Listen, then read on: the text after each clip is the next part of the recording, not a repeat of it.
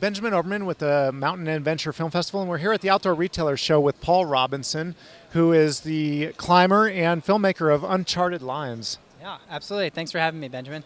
No, absolutely. Thank you so much for sharing part of the film. So tell us, what's in the festival, I understand, is a small piece of a much larger film, right? Exactly. So Uncharted Lines is a documentary about traveling the world searching for bouldering first ascents. The initial concept for the film, I came up with it about 2 years ago, and about a year and a half ago, we were like, okay, let's start making this film. And the very first area that we wanted to go to was in Siberia, in Russia, and and we didn't know much about it. We saw the Google Earth images, and we saw people that had hiked there, and I was blown away. There was more rock than I could possibly climb. No one had really ever climbed there before, and all I wanted to do was go there. So I thought, it probably has a relatively similar climate to that of Colorado. Kind of high elevation, whatever it is. And so we booked tickets, we got our visas and everything like that. We flew to Moscow. We took another 6-hour flight into Siberia and Russia. Flew to Abakan, which is this airport that, if you want to go to northern Mongolia, is basically your best access point. Middle of nowhere. It was just a single runway with a little building in the middle of just nowhere, Russia. People were just staring at us like never in their lives had they seen someone that even spoke English. Yeah. And we got there, and thankfully, through a friend that spoke Russian, we were able to sort out a rental car. And we get this rental car, and the guy shows up, and the only way that I could communicate with people was by saying my name. Okay. So I kind of sort of figured out that this was my rental car, and I talk with this guy, and I say my name, and he starts talking to me, and so we get into this car, and I get into the back seat because I'm assuming we're going to go to a rental car agency. But no, so he's kind of looking at me like, why am I in the back seat? And it's this super old beater car, no power steering, cracked windshield, bald tires, things just beat. It was the guy's car, but he was renting it to us. It's like Airbnb. Yeah, Airbnb for cars. Exactly.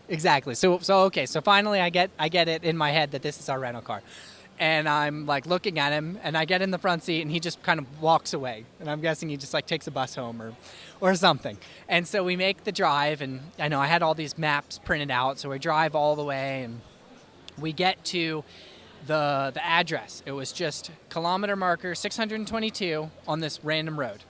But we get there, and this is where we're going to stay. There's 2 houses, one on one side of the road, one on the other. So I'm looking, and I'm like, which one looks like the one we're going to stay in? And we pull in, and I knock on this guy's door, and he's in his underwear and a wife beater, just standing there. So I'm like, well, I don't speak Russian, so I just say my name.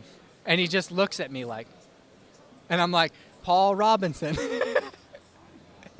And this guy is just staring at me. And I'm kind of standing in his kitchen, and he's just standing there, and I'm like, okay. And we kind of backtrack out, get in the car, go to the other side. I say my name, all was well. We had a bed. It was hilarious. Then at this point, we're like, okay, now it's time to go try and find these boulders that we've been looking at and gazing over for the past year. And so the next day we wake up and we drive out to exactly where I had imagined. And all of a sudden now I'm looking in the distance to where I want to go, because you can see really far, just like any mountainous climate or mountainous landscape. I can see exactly where I want to go. And it is a lot further than I had imagined or what it looked like on Google Maps. So we're like, all right, well, we're going to do it. And I was like, all right, well, the hike's going to be really far, so we're going to do the hike today, and we're going to see what it's like. So we start hiking out there, and it's just getting colder and colder, and little flurries are starting to come down. And we're like, all right, we're going to get there today. And we're probably, 3.5 hours into this hike now, and it's just starting to dump snow. And it's still this mountain that I want to get to is just still so far away. And I'm like, oh my gosh. And so we just keep hiking, and then it's just a complete whiteout. Can't see anything. The snow is just accumulating. There's already 6 inches. We're completely unprepared, and so we have to turn around. So we hike the 3.5, 4 hours all the way back out. And we're like, all right, well, let's see what it's going to be like tomorrow. Wake up tomorrow, the next day, probably 2,000 vertical feet lower than we were that night, to 12 inches of snow on the ground.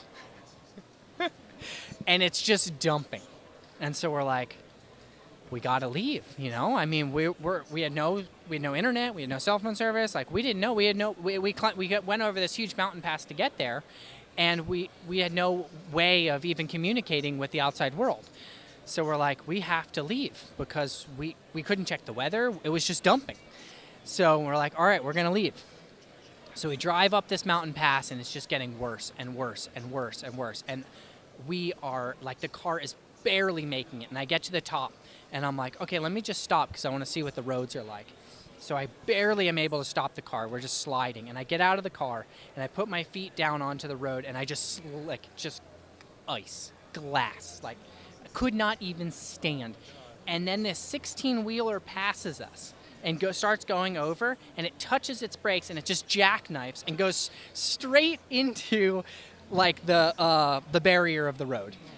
And the guy like gets out of the car, and he's like yelling in Russian, and we're just standing there like, what do we do? So I was like, all right. I was like, put your passport in your pocket, and we're going to drive one wheel in the snow, one wheel in the ice, and on these bald tires, and we're just going to go as slowly as we possibly can, and we're going to get down the mountain, and if we have to bail, I don't care about this car. So, like, we're going 5 miles an hour, so I just slowly went down this mountain, sliding the entire way, and thankfully we made it down. We got out of the snow, drove back to the airport like 6 days before we should have, and we just left Russia. So now it's a mystery. I have to return, and I have to see, because at this point I have no idea. It could be the next best spot in the world, but I'm not going to know until I return. Well, thank you so much, and we look forward to seeing it all in the festival. Absolutely. Thank you so much for having me. For free films and exclusive invites, join our email list at filmfestivalflix.com/email, and follow us on social media with Facebook, Twitter, and YouTube. In your home or on the go, we bring the festival to you.